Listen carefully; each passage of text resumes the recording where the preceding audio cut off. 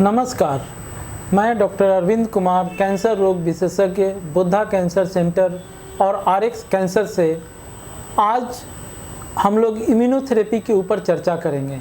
हमने last video में targeted treatment के ऊपर डिस्कशन किया था। इम्यूनोथेरेपी कैंसर के ट्रीटमेंट में अगर हम बोले तो एक नई क्रांति है, जो कि शायद आने वाले 30 साल 40 साल के बाद केवल इम्यूनोथेरेपी ही कैंसर के ट्रीटमेंट का मुख्य हथियार होगा। आज से 8 साल 5 साल पहले हम इम्यूनोथेरेपी को पढ़ते थे किताबों में, और आज शायद ही कोई कैंसर है जिसमें इम्यूनोथेरेपी का उपयोग नहीं हो रहा है।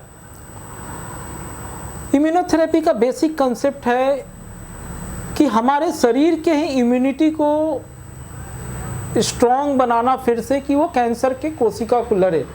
शरीर की इम्यूनिटी को स्ट्रॉन्ग बनाने का मतलब ये नहीं है कि अच्छी खाना खा के और ये करके कैंसर हो जाने के बाद, या जो आप इंटरनेट पे फलान ढिकान देखते हैं, या जो इंटरनेट पे कुछ इम्यूनोथेरेपी बनाने वाले इंडिया में जो सो कॉल्ड है, वो सब की मैं बात कर नहीं कर। अभी इंडिया में इम्यूनोथेरेपी नहीं बनता है, वो ड्रग्स इंपोर्ट होके यूएसए यूरोप से आती है, पेटेंटेड है। तो वो इम्यूनोथेरेपी जिसकी मैं बात करने जा रहा हूँ, उसका मैं पहले आपको बेसिक कंसेप्ट समझाता हूँ। वो खाने से बढ़ने वाला इम्यूनिटी नहीं, खाने से बढ़ने और आराम करने और अच्छी सेहत से कैंसर नहीं होने तक के लिए है।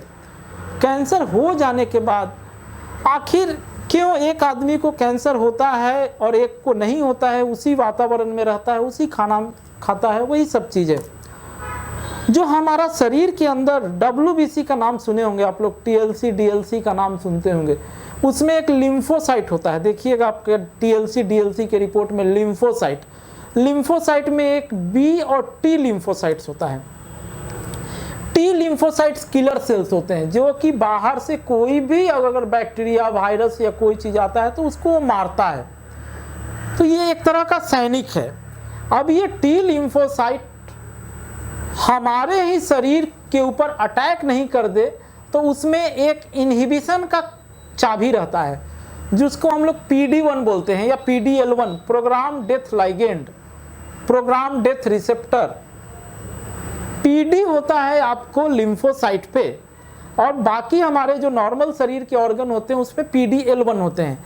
तो जब ये लिम्फोसाइट का PD और हमारा शरीर का PDL1 इंटरैक्ट करता है दोनों, तो लिम्फोसाइट निष्क्रिय हो जाता है, और वो लिम्फोसाइट हमारे शरीर के ऑर्गन को नहीं मारता है। मतलब हमारा ही सैनिक हम ही पे अटैक नहीं करता है। अब ये जो कैंसर है ये बहुत चालाक है। कैंसर का कोशिका बहुत चालाक होता है। ये क्या करता है कि ये भी अपने ऊपर PDL1 रिसेप्टर बना लेता है।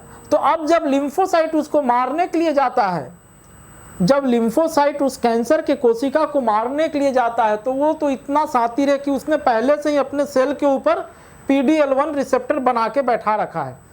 तो लिम्फोसाइट जैसे ही T लिम्फोसाइट मारने जाता है, PDL1 और PD1 का इंटरेक्शन होता है और T लिम्फोसाइट निष्क्रिय हो जाता है।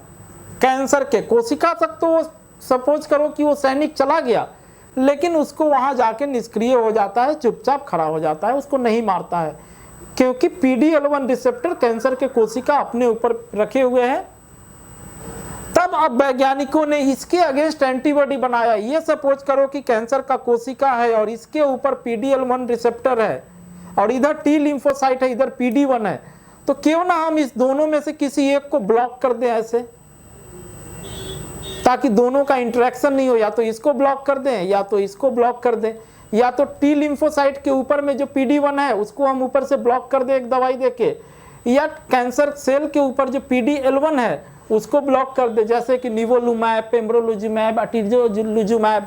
तो ये सारी बहुत सारी नई दवाइयाँ हैं जिसमें कि हम चौथी स्टेज में भी कैंसर को चमत्कारिक रूप से कुछ एक परसेंटेज मैं अभी बोल रहा हूँ, जड़ से ठीक कर सकते हैं।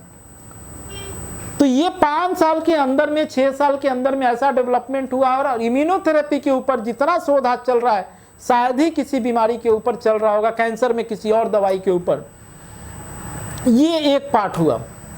दूसरी पार्ट में है कि ब्लड कैंसर के कुछ मरीज जिनको कि छोड़ दिया जाता था सारे ट्रीटमेंट, बोन मैरो ट्रांसप्लांट ये वो के बाद कि अब इनको, उनमें एक नई तरीका कार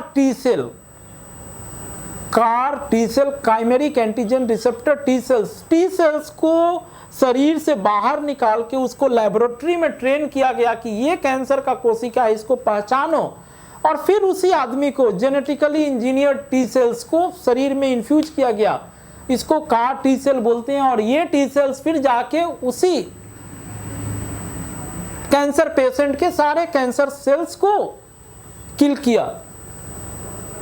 तो ये कुछ इम्यूनोथेरेपी में लेटेस्ट डेवलपमेंट हो रहा है, जो कि आने वाले शायद 15-20 साल में ऐसा हो कि इम्यूनोथेरेपी ही कैंसर के ट्रीटमेंट के पहला पिलर हो। और शायद जो हम एक कहावत है ना, the beginning of the end of cancer treatment, मतलब कैंसर ट्रीटमेंट जो है उसका, कैंसर क्योर का एंड का बिगनिंग शुरू हो गया है इम्यूनोथेरेपी, दैट इज इम्यूनोथेरेपी। लेकिन मेरे ये वीडियो देख के आप इंटरनेट पे वैसे इम्यूनोथेरेपी वाले नहीं, जो इधर उधर जो भी आपको बड़े हॉस्पिटल से मिलते हैं, बहुत सारे क्वैक भी मिलेंगे या इम्यूनोथेरेपी जो बूस्टअप करने, वो सब नहीं है। दीज आर द ड्रग्स, जो अब मैं आपको मैकेनिज्म समझाता हूँ, ये इंडिया में अभी ये टेक्नोलॉजी नहीं है बनाने का पेटेंट।